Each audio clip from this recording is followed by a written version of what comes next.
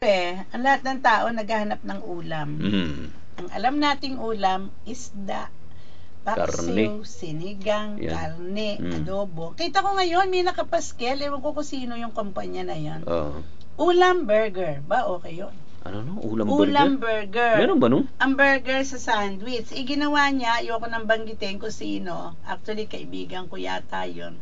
Aba, sabi ko sa food tech ko, let us standardize our own ulam burger. Isang patty na 50 grams, isang tasang kanin na may ketchup, etc. Aba, click yun. Ang halaga lang nun. Ng isang burger, nagkakahalaga lang ng 5 piso, no? O tsaka isang cup na rice. Ulam burger, 35, tubon-tubo ka. Pero hindi ba ko timpla, hindi yung pang tinapay. Yun ang aking ituturo. Yan. Okay, Sige. Pakinggan natin mga kababayan. Okay. Pag ulam burger, pwede hong baboy, giniling 1 kilo. Ang una hong halo, 3 lalagyan ho yan, yung tinatawag na curing mix. Dito ho lalagkit ang karne, no? Salt refined, 1 tablespoon. Phosphate, 1 teaspoon. And chilled water, 1/4 cup. Halo ka. Ito pong ulam burger, pwede pong beef, pwede pong pork, pwedeng chicken, pwedeng isda. 4 ang pagpipilian mo.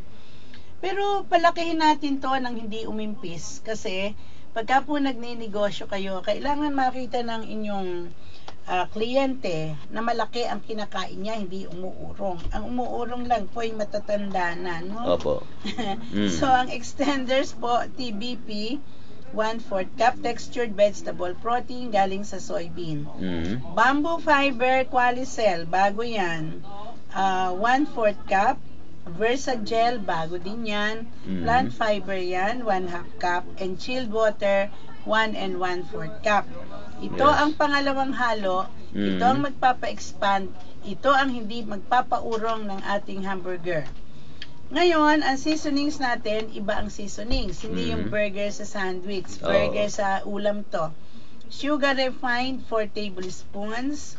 Anisado wine, 3 tablespoons. Garlic chop, 6 tablespoons.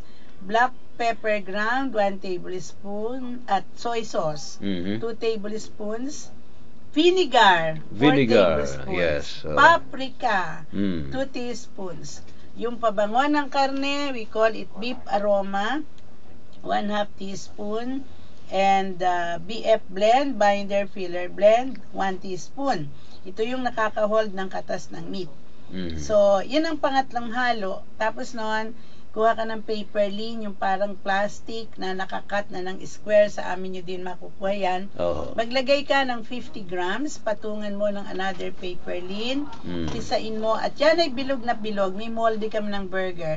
I-freeze mo, and then, tsaka mo iluto para nakaporma siya. Isang tasang kanin, isang 50 grams na burger, patok na patok, konting ketchup, konting atsara.